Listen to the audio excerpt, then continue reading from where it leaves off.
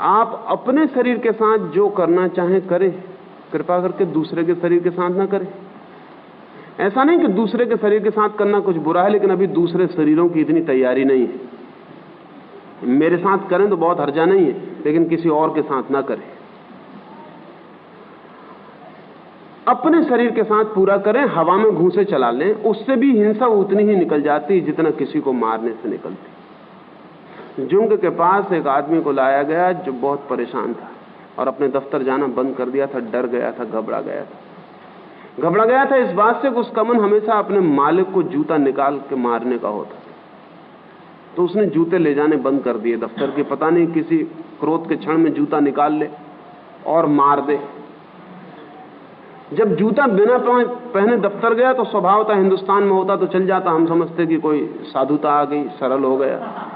होता यूरोप में, वहां तो कोई जूता छोड़ने से सरल नहीं समझेगा। इतनी सरलता सस्ती यूरोप में नहीं है जितनी हमारे यहाँ। तो लोगों ने समझा कि क्या हो गया, जूता क्यों नहीं पहने हुए। वो तो डरा ही हुआ था कि कहीं कोई पूछ ना ले कि जूता क्यों नहीं पहने हुए। उसने कहा कि तुम कौन हो पूछने वाले, ये मेरी मर्जी। जितना ही वो चिढ़ा लोगों को और उत्सुकता बढ़ी कि बात क्या हो गई जूते के साथ। तब तो उसे ऐसा लगने लगा कि वो किसी दूसरे का जूता भी निकाल के मार सकता है। तब उसने छुट्टी ले ली। उसके घर के लोग उसे मनोवैज्ञानिक के पास ले गए और कहा कि कुछ करिए, बहुत कठिनाई हो गई है। वो दफ्तर जाने की हिम्मत छोड़ दी। उसने सारी बात सुनी। उसने कहा तुम एक काम करो, अपने मालिक की एक तस्वीर ले आओ और सुबह रिलीजियसली, बिल्कुल धार्मिक भाव से 5 जूते पहले मालिक को मारो, तस्वीर को, फिर दफ्तर जाओ। उसने कहा इससे क्या होगा। लेकिन जब उसने कहा कि इससे क्या होगा, तभी उसकी आंखों में चमक बदल गई, उसके चेहरे पर खुशी आ गई। ये तो बहुत दिन का इरादा था।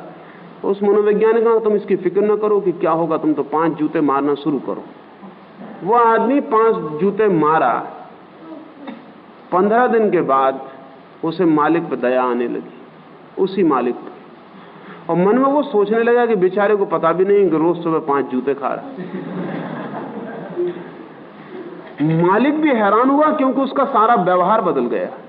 उसने एक दिन उससे पूछा भी कि तुम अब बड़े भले मालूम पड़ते हो, शांत हो गए हो, कम उद्विग्न दिखते हो, चिंतित नहीं मालूम पड़ते। पहले तो चौंके चौंके रहते थे, डरे डरे रहते थे, हर चीज से घबरा जाते थे। क्या मामला है, क्या बात है, तुम बड़े भले हो गए हो। उसने कहा आप मालिक पूछे ही ना ये बात, क्योंकि तरकीब ऐसी है कि बताने से खतरा है। लेकिन मैं अब बिल्कुल भला हूं और अब मैं शायद ही कभी बुरा हो सकूं, क्योंकि वही तरकीब अब मैं दूसरों पे भी लगा लूंगा। अब पत्नी की भी तस्वीर रखी जा सकती। तो आप यहां ध्यान में जो भी स्वतंत्रता है वो आपको अपने शरीर के साथ है। आप हवा में घूंसे मारें, चिल्लाएं, रोएं, नाचें, जो भी करना है, लेकिन दूसरे शरीर को छुएं भी ना।